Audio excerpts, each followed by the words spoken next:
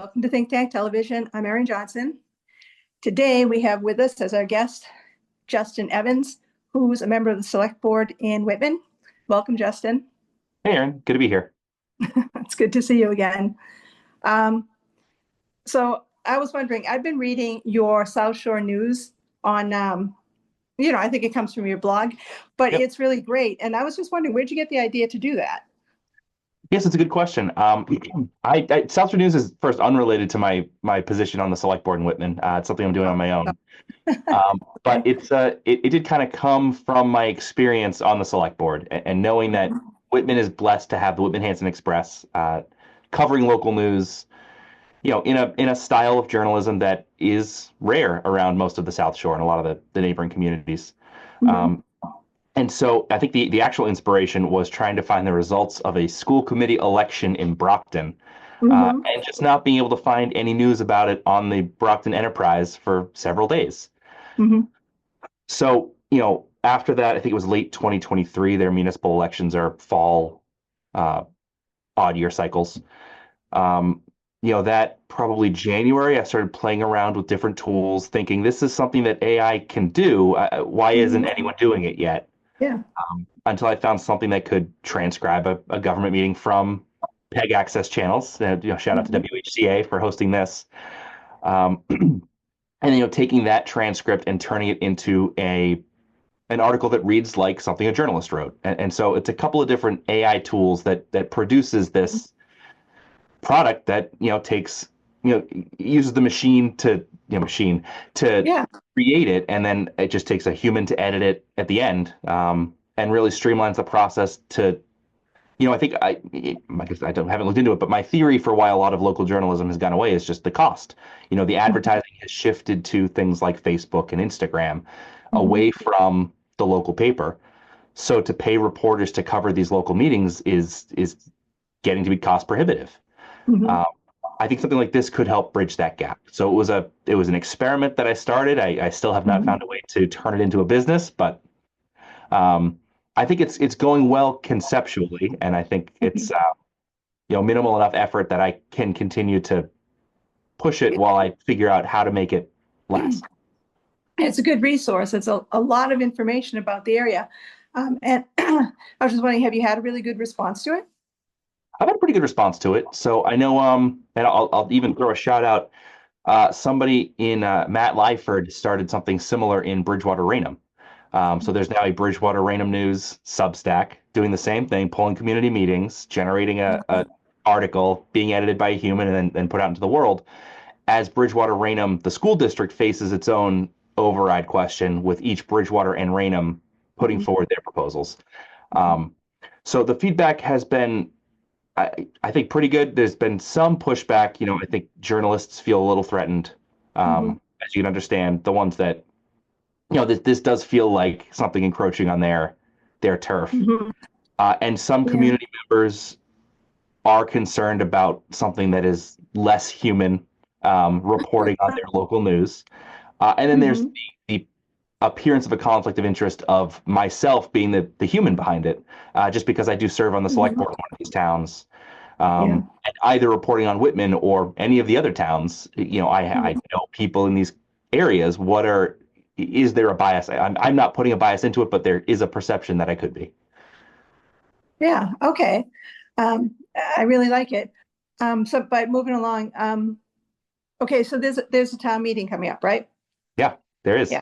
Okay. And there's an important question there about the override, and that's the override of 2.5, right? Yeah, so Proposition 2.5 passed in 1980, limits tax increases in a community to 2.5% over the cumulative 2.5% increase on the cumulative tax from last year. So your property last year, taxes can go up total 2.5%. That gets assessed out differently based on anyone's individual assessments, but that is the rule that governs it. To override that, there's a ballot vote and a town meeting appropriation. So it's a two-step process that Whitman is seeking this year, to increase that levy limit by $2 million. And I thought if you don't mind, did I read a number? It'll increase taxes to about $5,000 on average in Whitman, or is that an accurate figure? I don't know. So I think the average single family taxes in Whitman today are about $6,000. Oh, The increase would be about 370 on okay. top of that. So it's, I mean, if you take your taxes, it's about 5% increase um, over what it was. Okay, so that's if the override passes. So what would be the benefit? What would change if it passed? And they did have to pay this extra amount of money. Yeah. So yeah, it's a obviously difficult question. There's people who will truly struggle to pay this increase, living on a Mhm. fixed income. So we don't ask lightly.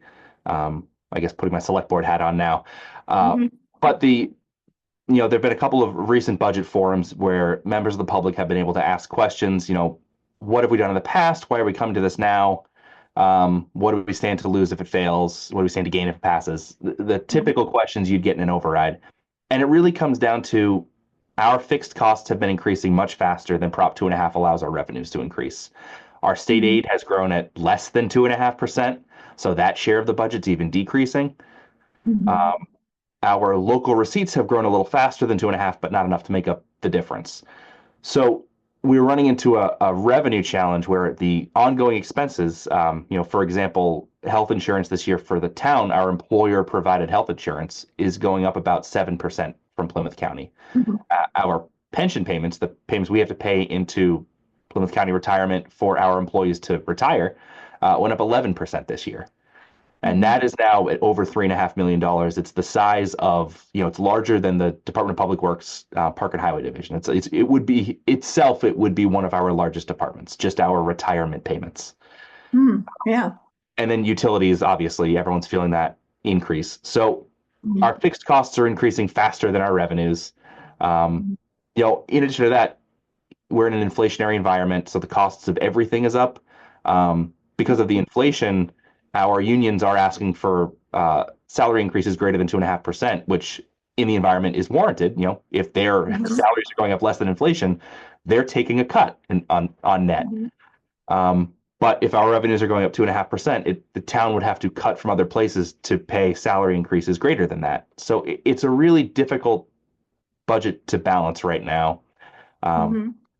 so that's the reason that we're asking. We face a structural deficit of about $2 million, and we're asking Mhm. for 2 million additional from the taxpayers to cover that difference. At the forums, we heard from different department heads on what we stand to lose. The school district has been a very willing partner in going through this process. They had been present at the forums. They've done the same analyses and scenario planning for what happens if an override passes or fails, Mhm. and have presented, I think they stand to, if Whitman's override fails, the cuts in the school district is about 24 positions, 14 teachers, two plus admins. Admins can change hours and work time. So it ends up being two employees, even if it's reducing the hours of four to part time or something like that. And Mhm. about eight paraprofessionals. So that's the school side. On the town side, we're looking at about 14 positions eliminated, reduced to get the equivalent of 14 full-time positions, that kind of thing. But, on the town side, we don't provide custodial services every day at the senior center, which seems like something. So we're already cut really low in Mhm. our expenses. There's not a lot of places to go from there. So the cuts would have to be personnel at that point, and Mhm. the personnel that make the most money, so you get the biggest bang for the layoffs, is public safety and public works. Because if you cut a 32-hour a week clerical position in town hall, that's half the salary of a first year firefighter, if I that. see. So, we're looking at about 6 cuts across public safety and public works and about 8 cuts across other governmental positions. So it Um, sounds like overall, it would be better if it passed, even though in some cases, an increase of 2.5 wouldn't be enough anyway. I think you mentioned that in one case, their increase is over 2.5% per year anyway. Yeah, so the pressures aren't going away. Even this fix is a fix for this year. Mhm. We asked our finance committee. We had joint meetings between the select board and the finance committee, and it seemed like the select board was leaning towards a larger override that would cover us for projected increases over the next 3 years. There is Mhm. good news at the end of 20. 2030, where our pension obligation kind of falls off. We would get about $3 million, 3.5 million back in our budget that we don't have to pay to backfill the pension obligation. We'll have met that old debt, or that old balance that's due. Okay. So there's some good news at the end of the tunnel. We got to bridge that gap. The finance committee did unanimously come back to the select board, and we did unanimously agree to seek this smaller override that gets us through this year and revisit everything else. So are there other places for revenue, other things we can balance? Our first recreational marijuana establishment is opening right now. The sign just went up a couple days ago. So, hopefully there's good news on the state aid side, because there's a really loud chorus of school committee members and superintendents talking about Chapter 70 being broken. That Chapter 70 being the aid that school districts get from the state. There was finally good news on Chapter 90 money, which is road improvements. We can't use that to pay salaries and ongoing costs, but it does mean that we'll accelerate our road repairs a little bit this year. But yeah, I do want to be forthcoming and say that this $2 million override is for this year. It will probably get us through next year. But in fiscal 28, we'll be in a difficult situation again, looking at, do you cut? Do you ask for more money? Have new revenues come in? Do you raise fees in different places? So this is not the long-term fix that I think a lot of people are hoping for. Well, and you prepared them anyway for any limitations, but so good luck with it. It sounds like you advocate overall for the passage of that what do you call the warrant on the warrant, that item on the warrant. Okay. So otherwise, in terms of being a selectman, you're running again this year, right? I am, yeah. I'm running for my third term. It's gone pretty quickly. Yeah, that's pretty neat. So what do you think your accomplishments were? I know you talked a whole bunch about some already, but in terms of the select board itself, what were you able to accomplish together that you hope to complete this year? And were there any things that were left over that you hope for next term?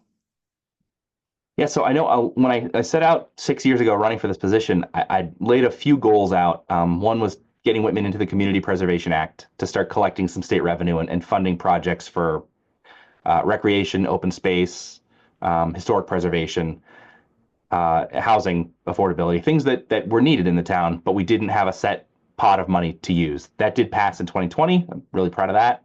I talked about getting into municipal aggregation to hopefully save residents money on their electric bills, but at the very least, collectively bid on electricity rather than either take the utility or seek it out on your own. We got the approval from the Department of Public Utilities just a couple of weeks ago. So that took longer than I'd hoped, but 6 years later, we've gotten there. And the third thing I'd set out to accomplish was to develop a 40R smart growth overlay district in town to help manage the cost of housing. That hasn't been successful, but I'll say yet, because we did adopt an MBTA communities zone within town. And the first grant we got for adopting that was to develop a 40R district that sort of complements it. So we have state money now to develop that district, something that we didn't have in the past. So I'm hopeful that will come through. But my first term was really dominated by COVID-19, an emergency that we didn't see. Yes. And beginning a lot of long-term planning during that process. So, strategic planning, community survey, a lot of that work that has set the ground for where we're at today and asking for an override. My second term, it was a lot of deferred capital finally coming due. So the sewer force main, the DPW building, the middle school, stuff that is all very difficult. It's expensive, but those were all passed by the voters the force main was town meeting vote. The debt exclusions were ballot votes. So the town of Whitman is moving in a really promising direction where we're taking care of a lot of these things we've neglected over the years. Of course, the downside to that is that it's expensive. And so, the DPW building costs more today because it failed at the ballot a couple of times. But that still doesn't make 20 million any easier to swallow today. In compared to everything else we've got going on. So I think looking forward, a third term really does hinge on the override that will be on the same ballot that I'll be on. So whether we're back in June looking at cutting positions and figuring out, are the 14 we've laid out now enough? Is it the right places? Do we consider, something that has been floated is closing the library because it's not an essential service, but seems like a really drastic step. Mm. Yeah, I'm But a real fan of libraries. That sounds like and that library, the Whitman Library, really does a lot for the community. I mean, they have a lot of resources there, and they've expanded. It's wow, that would be hard. I think it would be really hard, and yeah. it's not something I'm advocating, but it is something that it costs about $500,000 to operate a library, and if we have to Mhm. cut $1 million, closing the library would save largely public safety personnel, which is an essential service that we have to provide. So that's the decision that would come after a potential override fails. And likewise with the schools, Hanson also has their own override vote on. If it passes in Whitman and fails in Hanson, or the reverse, uh, Mhm. the school district has to decide: do we come to the higher number that one town has voted to pay, or come down to the lower number the other town, has voted, or something in the middle, and then Mhm. see, it's a whole balancing act of special town meetings, a potential super town meeting. Mhm. Um, so it's really funny to look forward and say, after May 17th, I have no idea what's going to happen. Oh, yeah. Oh, that sounds pretty serious. I hope you end up with the resources really people need when it's all Yeah. over. You know, um, so that's good. And so good luck with your campaign. And do you have any other plans for the future about, for yourself in terms of what you want to accomplish, I guess, either on that committee or anywhere else in terms of, I don't know, your career or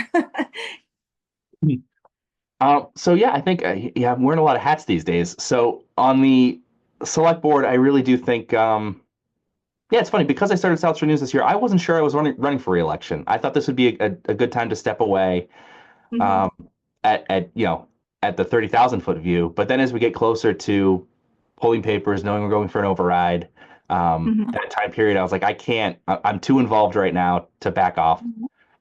So I decided to run for re-election, and hopefully it's successful. Uh, I think on the other goals I've got, I want to figure out. I think SouthShore.News is really something. I want to figure out what I can do with it.